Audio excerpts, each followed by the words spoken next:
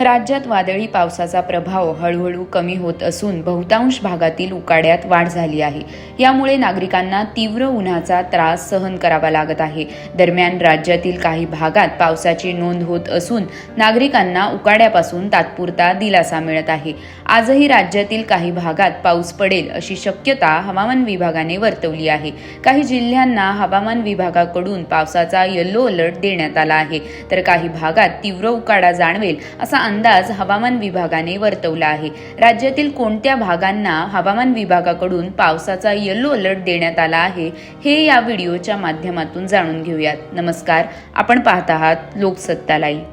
देशात मान्सून पूर्व घडामोडींना वेग आला असून अंदमान आणि निकोबार बेटांसह बंगालच्या उपसागरातील काही भागात मान्सूनची वाटचाल वेगाने होत आहे। या प्रदेशातील उर्वरित भागात मंगळवारी मान्सूनचा प्रभाव वाढण्याची शक्यता आहे।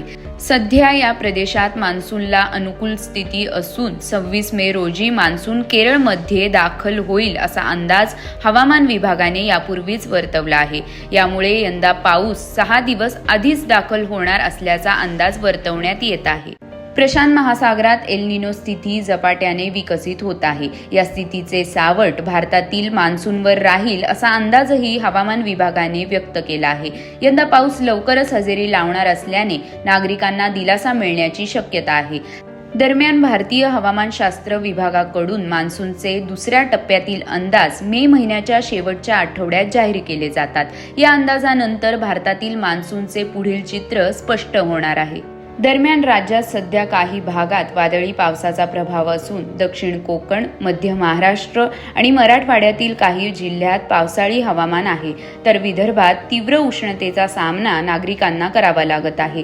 पुढील काही दिवस विदर्भातील यवतमाळ, अकोला, अमरावती, वर्धा आणि नागपूर येथे उष्णतेच्या लाटेसदृश स्थिती राहील असा अंदाज हवामान विभागाने व्यक्त केला आहे।